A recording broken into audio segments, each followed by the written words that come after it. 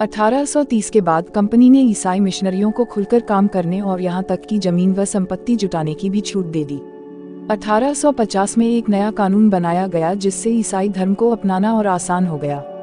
इस कानून में प्रावधान किया गया था कि अगर कोई भारतीय व्यक्ति ईसाई धर्म अपनाता है तो भी पुरखों की संपत्ति पर उसका अधिकार पहले जैसा ही रहेगा। बहुत सारे भारतीयों को यकीन हो गया था कि अंग्रेज उनका धर्म, उनके सामाजिक रीति रिवाज और परंपरागत जीवन शैली को नष्ट कर रहे हैं। दूसरी तरफ ऐसे भारतीय भी थे जो मौजूदा सामाजिक व्यवस्था में बदलाव चाहते थे। इन सुधारकों और उनके सुधार आंदोलनों के बारे में आप अध्याय 7 में पढ़ेंगे। चित्र संख्या 2। इस चित्र में उत्तर भारत के बाजारों में सिपाही को खबरें एवं अफवाहें फैलाते हुए दर्शाया गया है। जनता की नजर से उस जमाने में लोग अंग्रेज शासन के बारे में क्या सोच रहे थे, इसका जायजा लेने के लिए आप पहले और दूसरे स्रोत को पढ़ें। पहला स्रोत, 84 नियमों की सूची।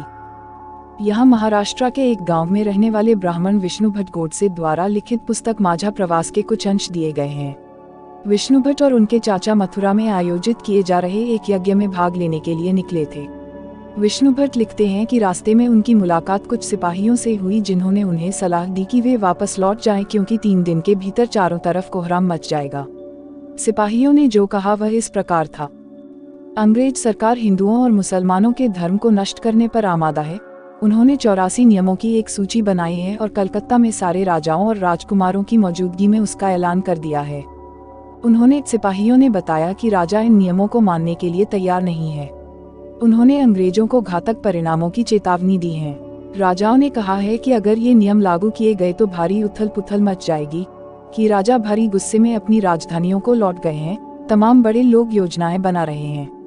धर्मयुद्ध के लिए तारीख तय कर ली गई थी और मेरठ छावनी से एक गुप्त योजना तैयार करके विभिन्न छावनियां में भेज दी गई थी।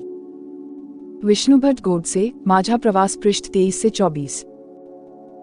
दूसरा स्रोत, जल्दी ही हर टुकड़ी में उत्तेजना छा गई। उस दौर की एक और झलक सूबेदार सीताराम पांडे के संस्मरणों में मिलती है। सीताराम पांडे को 1812 में बंगाल नेटिव आर्मी में सिपाही के तौर पर भर्ती किया गया था। उन्होंने 48 साल तक नौकरी की और 1860 में वे सेवानिवृत्त हुए। उन्होंने बगावत को दबाने में अंग्रेजों की मदद की, हालांकि उनका बेटा भी विद्रोहियों के साथ था और अंग्रेजों ने उसे सीताराम की आंखों के सामने ही मार डाला था। अपने सेवानिवृत्ति के बाद उनके कमान अफसर नौगेट ने उन्हें अपने संस्मरण लिखने के लिए प्रेरित किया। सीताराम ने 1861 में अवधी भाषा में अपने संस्मरण लिखे, जिनका नौगेट ने अंग्रेजी में अनुवाद किया और फ्रॉम सिपाही टू सूबेदार, सिपाही से सूबेदार तक के नाम से प्रकाशित करवाया। सीताराम पांडे के संस्मरणों का एक अंश इस प्रकार था: मेरा मानना है कि अवध पर हुए कब्जे से सिपाहियों के भीतर गहरा अविश्वास भर गया था और वे सरकार के खिलाफ साजिश रचने लगे थे। अवध के नवाब और दिल्ली बादशाह के नुमाइंदों को सेना की नब्ज जानने के लिए पूरे भारत में भेज दिया गया। उन्होंने सिपाहियों की भावनाओं को और हवा दी। उन्होंने सिपाहियों को बताया कि विदेशियों ने बादशाह के साथ कितना बड़ा धोखा किया है। उन्होंने 1000 झूठ गढ़ डाले और सिपाहियों को अपने मालिकों अंग्रेजों के खिलाफ बगावत करने के लिए उकसाया ताकि दिल्ली में बादशाह को दोबारा गद्दी पर बैठाया जा सके। उनकी दलील थी कि अगर सिपाही मिलकर काम करें और इन सुझावों पर अमल करें तो सेना ऐसा कर सकती है। संयोग से इसी समय सरकार ने हर एक रेजिमेंट के कुछ लोगों को नई राइफल के इस्तेमाल का तरीका बताने के लिए अलग अलग छावनियों में भेजा। इन लोगों ने कुछ समय तक सिपाहियों को प्रशिक्षण दिया। इसी दौरान न जाने कहां से यह खबर फैल गई कि इन राइफलों में इस्तेमाल होने वाले कारतूसों पर गाय और सुअर की चर्बी का लेप चढ़ाया गया है। हमारी रेजिमेंट के लोग दूसरे लोगों को लिखकर यह खबर भेजने लगे और जल्दी ही हर एक रेजिमेंट में उत्तेजना का माहौल बन गया। कुछ लोगों ने कहा कि उनकी 40 साल की नौकरी में सरकार ने उनके मजहब को चोट पहुंचाने के लिए कभी कुछ नहीं किया था। लेकिन जैसा कि मैंने पहले ही जिक्र किया, अवध पर कब्जे के कारण सिपाही पहले ही गुस्से में थे।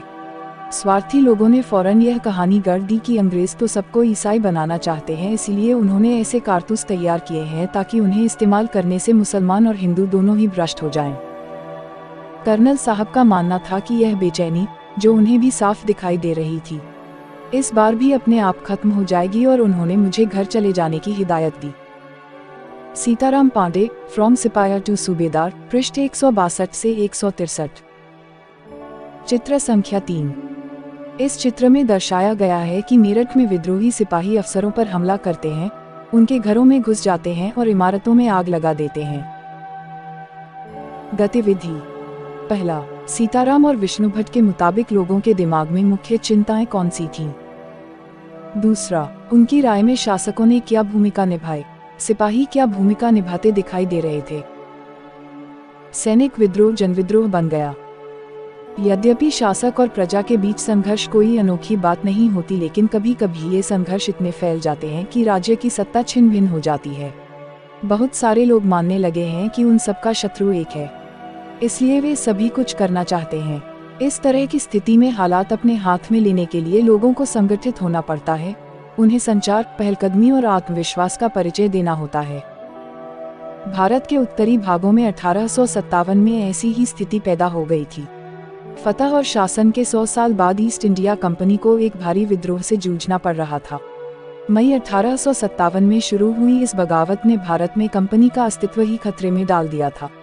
मेरठ से शुरू करके सिपाहियों ने कई जगह बगावत की। समाज के विभिन्न तबकों के असंख्य लोग विद्रोही तेवरों के साथ उठ खड़े हुए। कुछ लोग मानते हैं कि 19वीं सदी में उपनिवेशवाद के खिलाफ दुनिया भर में यह सबसे बड़ा सशस्त्र संघर्ष था। सैनिक विद्रोह। जब सिपाही इकट्ठा होकर अपने सैनिक अफसरों का हुक्म मानने से इनकार कर देते हैं। मेरठ से दिल्ली तक। 8 अप्रैल 1857 को युवा सिपाही मंगल पांडे को बैरकपुर में अपने अफसरों पर हमला करने के आरोप में फांसी पर लटका दिया गया। चंद दिन बाद मेरठ में तैनात कुछ सिपाहियों ने नए कारतूसों के साथ फौजी अभ्यास करने से इनकार कर दिया। सिपाहियों को लगता था कि उन कारतूसों पर गाय और सूअर की चर्बी का लेप चढ़ाया गया था। 85 सिपाहियों को नौकरी से निकाल दिया गया। उन्हें अपने अफसरों का हुक्म न मानने के आरोप में 10-10 साल की सजा दी गई। यह 9 मई 1857 की बात है। मेरठ में तैनात दूसरे भारतीय सिपाहियों की प्रतिक्रिया बहुत जबरदस्त रही। 10 मई को सिपाहियों ने मेरठ की जेल पर धावा बोलकर वहां बंद सिपाहियों को आजाद करा लिया। उन्होंने अंग्रेज अफसरों पर हमला करके उन्हें मार गिराया। उन्होंने बंदूक और हथियार कब्जे में ले लिए और अंग्रेजों की इमारतों व संपत्तियों को आग के हवाले कर दिया। उन्होंने फिरंगियों के खिलाफ युद्ध का ऐलान कर दिया। सिपाही पूरे देश में अंग्रेजों के शासन को खत्म करने पर आमादा थे, लेकिन सवाल यह था कि अंग्रेजों के जाने के बाद देश का शासन कौन चलाएगा। सिपाहियों ने इसका भी जवाब ढूंढ लिया था। वे मुगल सम्राट बहादुर शाह जफर को देश का शासन सौंपना चाहते थे। मेरठ के कुछ सिपाहियों की एक टोली 10 मई की रात को घोड़ों पर सवार होकर मुंह अंधेरे ही दिल्ली पहुंच गई। जैसे ही उनके आने की खबर फैली, दिल्ली में तैनात टुकड़ियों ने भी बगावत कर दी। यहाँ भी अंग्रेज अफसर मारे गए। देशी सिपाहियों ने हथियार व गोला बारूद कब्जे में ले लिया और इमारतों को आग लगा दी। विजयी सिपाही लाल किले की दीवारों के आसपास जमा हो गए। वे बादशाह से मिलना चाहते थे। बादशाह अंग्रेजों की भारी ताकत से दो हाथ करने को तैयार नहीं थे, लेकिन सिपाही भी अड़े रहे। आखिरकार वे जबरन महल में घुस गए और उन्होंने बहादुर शाह जफर को अपना नेता घोषित कर दिया। बूढ़े बादशाह को सिपाहियों की यह मांग माननी पड़ी। उन्होंने देश भर के मुखियाओं और शासकों को चिट्ठी लिखकर अंग्रेजों से लड़ने के लिए भारतीय राज्यों का एक संघ बनाने का आह्वान किया। बहादुर शाह के इस एकमात्र कदम के गहरे परिणाम सामने आए। अंग्रेजों से पहले देश के एक बहुत बड़े हिस्से पर मुगल साम्राज्य का ही शासन था। ज्यादातर छोटे शासक और रजवाड़े मुगल बादशाह के नाम पर ही अपने इलाकों का शासन चलाते थे। ब्रिटिश शासन के विस्तार से भयभीत ऐसे बहुत सारे शासकों को लगता था कि अगर मुगल बादशाह दोबारा शासन स्थापित कर ले तो वे मुगल आधिपत्य में दोबारा अपने इलाकों का शासन बेफिक्र होकर चलाने लगेंगे। अंग्रेजों को इन घटनाओं की उम्मीद नहीं थी। उन्हें लगता था कि कारतूसों के मुद्दे पर पैदा हुई उथल पुथल कुछ समय में शांत हो जाएगी। लेकिन जब बहादुर शाह जफर ने बगावत को अपना समर्थन दे दिया तो स्थिति रातों रात बदल गई। अक्सर ऐसा होता है कि जब लोगों को कोई रास्ता दिखाई देने लगता है तो उनका उत्साह और साहस बढ़ जाता है। इससे उन्हें आगे बढ़ने की हिम्मत, उम्मीद और आत्मविश्वास मिलता है।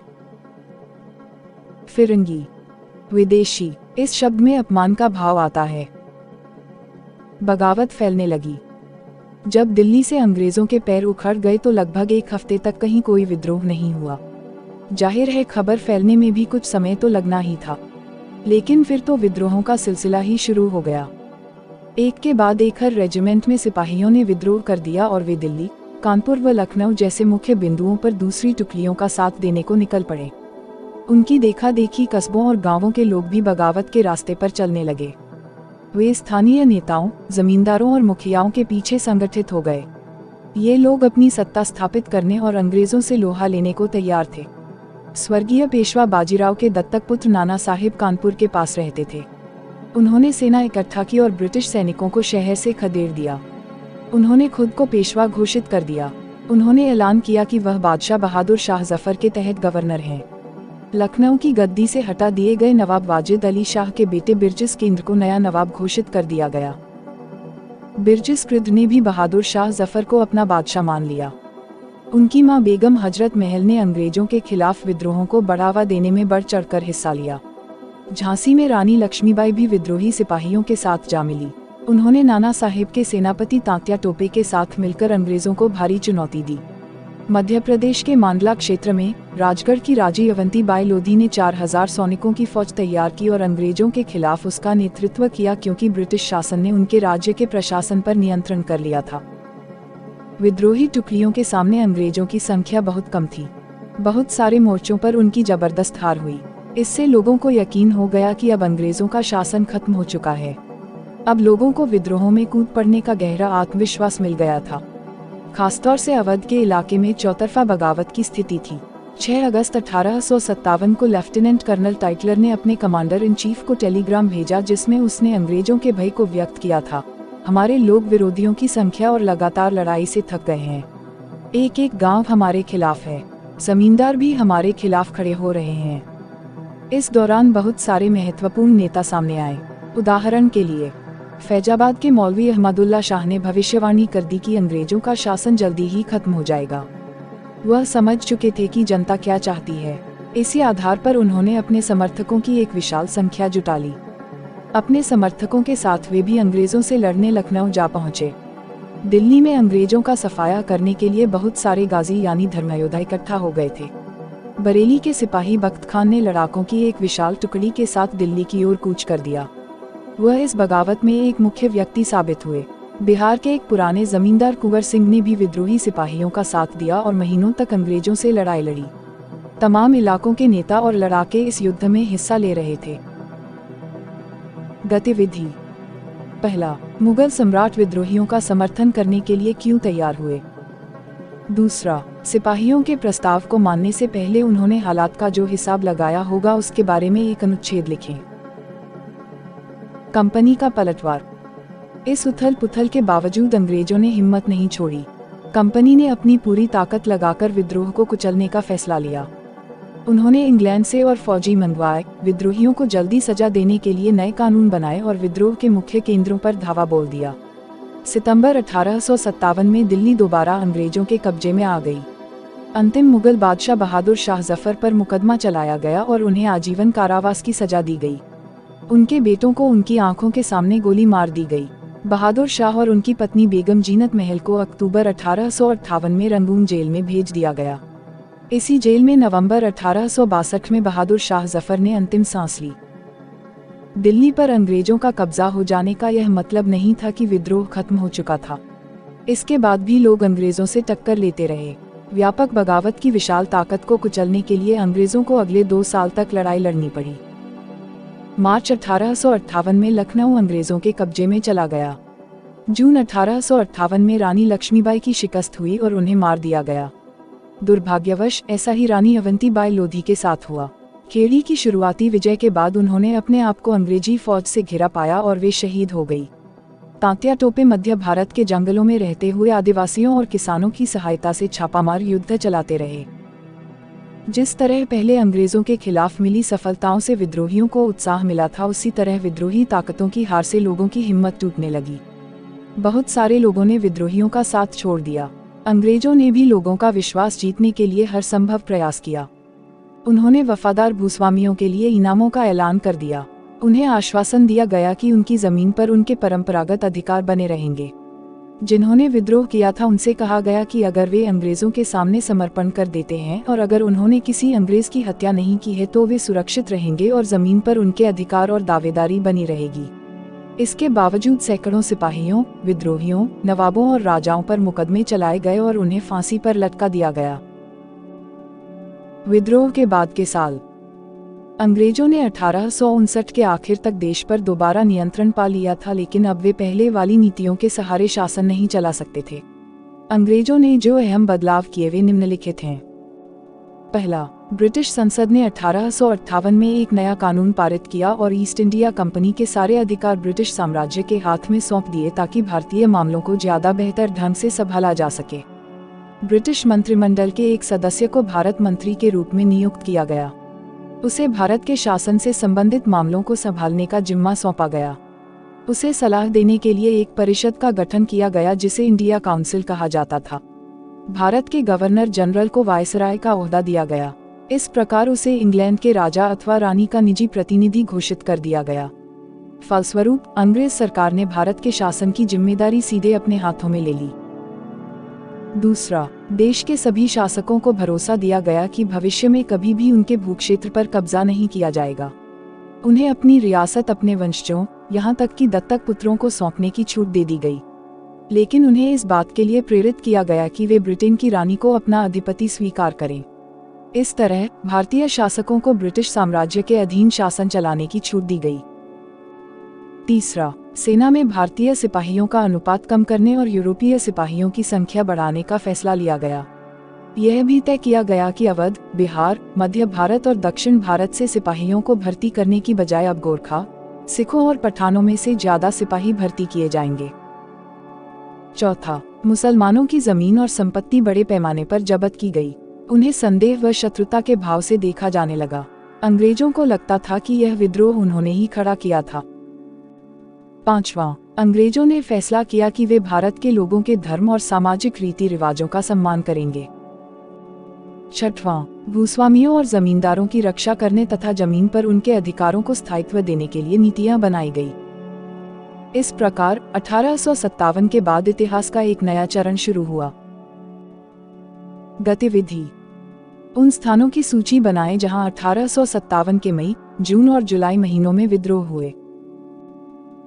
खुर्दा संग्राम, एक केस स्टडी। 1857 की घटना से बहुत पहले उसी प्रकार की एक घटना सन 1817 में खुर्दा नामक स्थान पर घटित हुई थी। हमारे लिए उस घटना का अध्ययन करना और इस बात पर विचार करना भी शिक्षाप्रद होगा कि कैसे अंग्रेजों की औपनिवेशिक नीतियों के खिलाफ 19वीं सदी की शुरुआत से ही देश के विभिन्न हिस्सों में असंतोष निर्मित होने लगा था। खुर्दा, जो कि उड़ीसा के दक्षिण पूर्वी भाग में स्थित एक छोटा राज्य था, वह 19वीं शताब्दी की शुरुआत में 105 गढ़ों, जिनमें 60 बड़े और 1109 छोटे गांव सम्मिलित थे, एक जनबहुल उपजाऊ क्षेत्र था। इसके शासक राजा बीरकिशोर देव को स्व अधिकृत 4 परगनाओं को तथा जगन्नाथ मंदिर के संचालन अधिकार समेत 14 गढ़जातों के प्रशासनिक उत्तरदायित्व को पूर्व में दबाव में आकर मराठाओं को सौंप देना पड़ा था। उनके पुत्र तथा उत्तराधिकारी मुकुंद देव द्वितीय इस दुर्दशा से विचलित थे। अतः अंग्रेजों और मराठों के बीच जारी संघर्ष में अपने लिए एक मौका देखते हुए उन्होंने अपने खोए हुए क्षेत्रों तथा जगन्नाथ मंदिर की देखरेख से संबंधित अधिकारों की पुनः प्राप्ति हेतु अंग्रेजों के साथ सलाह मशवरा शुरू कर दिया था। परंतु 1803 में उड़ीसा को अपने कब्जे में लेने के बाद अंग्रेजों ने उन्हें इन दोनों मुद्दों में से किसी पर भी सकारात्मक कार्यवाही करने की दिशा में कोई रुचि नहीं दिखाई। परिणामतः उड़ीसा के दूसरे सामंत राजाओं के साथ मिलकर तथा मराठाओं के गुप्त समर्थन से उन्होंने जबरन अपने अधिकारों को लागू करने का प्रयास किया। इसकी वजह से उन्हें अपने पद से विस्थापित होना पड़ा तथा अंग्रेजों ने उनके राज्य को अपने में मिला लिया, सांत्वना के रूप में एक नियमित अनुदान के साथ, जो कि उनकी पूर्व भूसंपत्ति के राजस्व का मात्र 1/10 था। अंग्रेजों ने उन्हें जगन्नाथ मंदिर की देखरेख का दायित्व दिया तथा उनका निवास पुरी में निश्चित कर दिया। इस अनैतिक व्यवस्था से उड़ीसा में दमनकारी विदेशी शासन के एक ऐसे युग का प्रारंभ हुआ जिसने 1817 में एक गंभीर सशस्त्र संग्राम का मार्ग प्रशस्त किया। खुर्दा को अपने अधीन करने के तुरंत बाद अंग्रेजों ने राजस्व निवृत्त जमीन पर कर लगाने की नीति अपनाई। इसमें राज्य के पूर्व सैनिक वर्ग, जिन्हें पाइक के नाम से जाना जाता था, उनका जीवन बुरी तरह से प्रभावित हुआ। इस नीति की भयावहता राजस्व की मांग में अनुचित वृद्धि और इस संग्रह के दमनकारी तरीकों से और बढ़ गई थी। इस कार्यवाही के फलस्वरूप 1805 और 1817 के बीच में खुर्दा से बड़े पैमाने पर लोग जमीन छोड़कर चले गए। फिर भी अंग्रेजों ने अस्थायी बंदोबस्त के तहत राजस्व भुगतान की नीति को चालू रखा, जिसमें जमीन की उपजाऊ क्षमता तथा रैयतों की भुगतान की क्षमता की अनदेखी करते हुए हर वर्ष राजस्व की मांगों में वृद्धि की गई। यहाँ तक कि प्राकृतिक आपदाओं के समय में भी कोई उदारता नहीं दिखाई गई, जबकि उड़ीसा में ऐसी आपदाएं अक्सर आती रहती थी। बकायादारों की जमीन को षड्यंत्रकारी राजस्व अधिकारियों या फिर बंगाल के सट्टेबाजों को बेच दिया गया।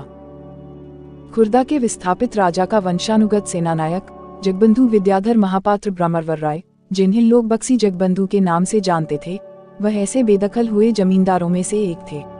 व्यावहारिक रूप से वे एक भिखारी बन गए थे। अपने तथा अपने जैसे जमीन से बेदखल हुए लोगों की ओर से संघर्ष करने का निश्चय करने से पूर्व प्रायः 2 साल तक उन्होंने खुर्दा के लोगों के स्वैच्छिक दान से अपना गुजारा किया। बीते हुए वर्ष के साथ साथ जो तकलीफें इन शिकायतों के साथ जुड़ गई थीं, वे थी क. अंग्रेजों द्वारा इस क्षेत्र में चांदी के सिक्कों का प्रचलन। ख. इस नई मुद्रा में राजस्व के भुगतान पर जोर देना। ग. खाद्य सामग्री की कीमतों में अभूतपूर्व वृद्धि तथा नमक की आपूर्ति में कमी, जो कि कंपनी के एकाधिकार नीति के चलते लगभग दुर्लभ हो गया था और जिसके कारण ओडिशा के पारंपरिक रूप से नमक बनाने वाले इस काम से वंचित हो गए थे। और घ. स्थानीय जमींदारियों की कलकत्ता में नीलामी, जिसके कारण ओडिशा में बंगाल के अनुपस्थित जमींदारों का आगमन हुआ। इसके अतिरिक्त संवेदनशील तथा भ्रष्ट पुलिस प्रशासनिक व्यवस्था ने भी स्थिति को और दुष्कर बना दिया, जिसके चलते होने वाले सशस्त्र संग्राम ने और भयावह आकार धारण कर लिया। 29 मार्च 1817 को इस संग्राम की शुरुआत तब हो गई जब पाइकों ने बानपुर में स्थित पुलिस चौकी और अन्य सरकारी संस्थानों पर हमला कर दिया और 100 से अधिक लोगों की हत्या करने के साथ साथ सरकारी खजाने में से एक बड़ी रकम लेकर चले गए। शीघ्र ही खुर्दा को केंद्र करते हुए इस घटना की लहर अलग अलग दिशाओं में फैल गई। उत्साह से भरपूर जमींदार और रैयत पाइकों के साथ मिल गए। जो उनके साथ नहीं मिले उन्हें प्रताड़ित किया गया। एक कर मत दो अभियान भी शुरू किया गया। अंग्रेजों ने पाइकों को उनके जमे हुए स्थान से हटाने की कोशिश की, परंतु असफल रहे। 14 अप्रैल 1817 को बक्सी जगबंधु ने 5 से 10 हजार पाइकों और कंद जनजाति के योद्धाओं की अगवाई कर पुरी को कब्जे में ले लिया और मुकुंद देव द्वितीय को उनकी झिझक के बावजूद राजा घोषित कर दिया। जगन्नाथ मंदिर के पुजारियों ने भी पाइकों को अपना भरपूर समर्थन प्रदान किया। स्थिति को हाथ से निकलते हुए देख अंग्रेजों ने मार्शल लॉ लागू कर दिया। जल्द ही घोषित राजा पकड़े गए और उन्हें उनके पुत्र सहित कटक में कारावास दे दिया गया। बक्सी ने अपने करीबी सहयोगी कृष्णचंद्र ब्रह्मवर राय के साथ मिलकर कटक और खुर्दा के बीच यातायात के सारे माध्यम को काटने का प्रयास किया। इसके साथ साथ संघर्ष ओडिशा के दक्षिण और उत्तर पश्चिमी हिस्सों में फैल गया। परिणामस्वरूप अंग्रेजों ने मेजर जनरल मार्टिनेडल को पाइकों के चंगुल से पूरे क्षेत्र को मुक्त कराने के लिए भेजा तथा बक्सी जगबंधु और उनके साथियों को पकड़वाने के लिए पुरस्कार की भी घोषणा की। इस प्रकार जो सामरिक कार्रवाई चली उसमें सैकड़ों पाइक मारे गए, कई घने जंगलों में चले गए और अन्य सामूहिक क्षमा योजना के तहत अपने घरों में लौट गए। इस तरह से अंग्रेजों ने मई 1817 तक खुर्दा के संग्राम को लगभग काबू में कर लिया। परंतु खुर्दा के बाहरी क्षेत्रों में बक्सी जगबंधु ने कुजुन के राजा जैसे सहयोगी की मदद से और पाइकों के उनके प्रति अटूट निष्ठा के कारण इस संघर्ष को मई 1825 तक जारी रखा, जब उन्होंने अंग्रेजों के सामने आत्मसमर्पण कर दिया। इसके उपरांत अंग्रेजों ने खुर्दा के लोगों के प्रति अपनी ओर से दयालु, अनुग्रहित और सहनशीलता की नीति अपनाई। पुलिस और न्यायिक व्यवस्था में आवश्यक सुधार किया। नमक की कीमतों में कमी की गई। जिन राजस्व अधिकारियों को भ्रष्ट पाया गया उन्हें कार्य से निष्कासित कर दिया और बेदखल जमींदारों को अपनी जमीन लौटा दी गई। दिवंगत खुर्दा के राजा के पुत्र रामचंद्र देव तृतीय को स्वतंत्र कर पुरी जाने दिया गया और 26,000 रुपये के अनुदान के साथ उन्हें जगन्नाथ मंदिर की देखरेख का दायित्व भी सौंपा गया। संक्षेप में, यह ओडिशा में अंग्रेजों के विरुद्ध पहला लोकप्रिय सशस्त्र संघर्ष था जिसका उस क्षेत्र में ब्रिटिश शासन पर दूरगामी प्रभाव पड़ा। अतः इसे मात्र पाइक विद्रोह कहना इसे कमतर कर आंकना होगा। अन्यत्र परम शांति के एक स्वर्गिक साम्राज्य की खातिर। जब 1857 में भारत में विद्रोह फैला उसी समय चीन के दक्षिणी भागों में भी एक विशाल जनविद्रोह पैदा हो रहा था। यह विद्रोह 1850 में शुरू हुआ और 1860 के मध्य में जाकर खत्म हुआ। हांग जेकुंग के नेतृत्व में हजारों मेहनतकश गरीब लोगों ने परम शांति के स्वर्गिक साम्राज्य की स्थापना के लिए लड़ाई लड़ी। इस विद्रोह को ताइपिंग विद्रोह के नाम से जाना जाता है। हांग जेकुआग ने धर्मांतरण करके ईसाई धर्म अपना लिया था और वह कन्फ्यूशियसवाद और बौद्ध आदि परंपरागत चीनी धर्मों के खिलाफ थे। ताइपिंग के विद्रोही एक ऐसे साम्राज्य की स्थापना करना चाहते थे जहां ईसाई धर्म को माना जाएगा, जहां किसी के पास निजी संपत्ति नहीं होगी, जहां सामाजिक वर्गों और स्त्री पुरुष के बीच कोई भेद नहीं होगा, जहां अफीम, तंबाकू, शराब के सेवन तथा जुए, वेश्यावृत्ति और गुलामी पर पाबंदी होगी। चीन में तैनात अंग्रेज और फ्रांसीसी सेनाओं ने ताइपिंग विद्रोह को दबाने के लिए किंग साम्राज्य के बादशाह को काफी मदद दी। आइए कल्पना करें। कल्पना कीजिए कि आप विद्रोह के दौरान अवध में तैनात ब्रिटिश अधिकारी हैं। विद्रोहियों से लड़ाई की अपनी योजनाओं को गुप्त रखने के लिए आप क्या करेंगे? फिर से याद करें। पहला, झांसी की रानी लक्ष्मीबाई की अंग्रेजों से ऐसी क्या मांग थी जिसे अंग्रेजों ने ठुकरा दिया? दूसरा, ईसाई धर्म अपनाने वालों के हितों की रक्षा के लिए अंग्रेजों ने क्या किया? तीसरा, सिपाहियों को नए कारतूसों पर क्यों ऐतराज था? चौथा, अंतिम मुगल बादशाह ने अपने आखिरी साल किस तरह बिताए? आइए विचार करें।